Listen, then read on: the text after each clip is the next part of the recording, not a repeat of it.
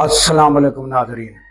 आज हम जिस शख्सियत से आपका तारफ़ कराएंगे, इनका नाम अब्दुल गफ़ार है और ये ख़बरों पर इनकी जो है ताज़ा तरीन हालात और ये ख़बरों से मुंसलक है और ताज़ा तरीन हालात पर इनकी गहरी नज़र रहती है। ये अपना इनका एक bbc.pk.com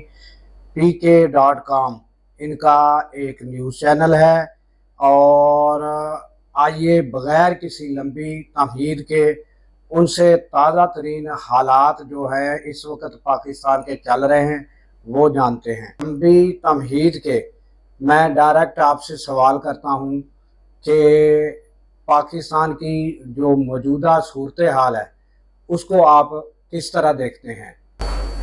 मौजूदा सूरत हाल पर अगर आप तबसरे के लिए कहते हैं तो मौजूदा सूरत हाल ये है कि हालात जो हैं इंतहाई कशीदा हैं। यहाँ तक कि सियासतदानों की रसाकशी में जो है वो जुडिशरी को भी मुतासर किया है, यानी पुलिस का निज़ाम तकरीबन जो है वो तबाह होकर रह गया है। इसके अलावा जो है महंगाई ने आवाम के जो है वो होश उड़ा दिए हैं। आम जो ख़रीदारी की चीज़ें हैं, अशिया खुर्दनोश जो हैं वो भी आवाम की पहुंच से दूर चले गई हैं। और इसके अलावा जो है वो जो पाकिस्तान का सरमायाकार है, जब वो ये हालात पाकिस्तान के देखता है तो वो पाकिस्तान में सरमाया का कारी करने की बजाय अपना सरमाया वो होल्ड करके उन्होंने रखा हुआ है। और जो बैरून ममालिक हैं उनकी जो सरमायाकारी जो पाकिस्तान में करना भी चाहते थे वो मौजूदा सूरत हाल की वजह से वो भी नहीं कर रहे। तो रही अभी सियासी सूरत हाल, तो पीटीआई जो है और नून लीग और पीपल्स पार्टी इनकी जो रसाकशी है उसमें ताहाल जो है वो सूरत हाल यूं की तूं है।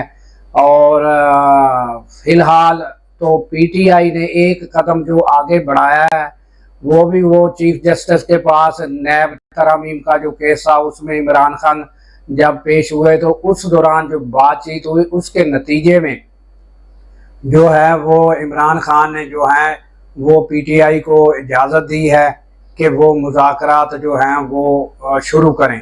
अब ईद के बाद यानी कि एक महीना तकरीबन ये अहम है, इसके बाद देखते हैं कि क्या सूरत हाल है। और जब तक जो मुल्क में सियासी सूरत हाल है और ये बेहतर नहीं होगी और अवाम के मैंडेट के मुताबिक जो है वो जो हुकूमत है वो जिसका मैंडेट है उसको नहीं मिलती और मुल्क में जो है वो स्टेबिलिटी जो है वो नहीं आती, तो उस वक्त तक जो सूरत हाल है वो जो है वो दगरगूं ही रहेगी। तो ये थी सूरत हाल। इसके लिए तो हम अब क्या कर सकते हैं, दुआ ही कर सकते हैं कि अल्लाह ताला जो है वो हालात मुल्क के बेहतर करे।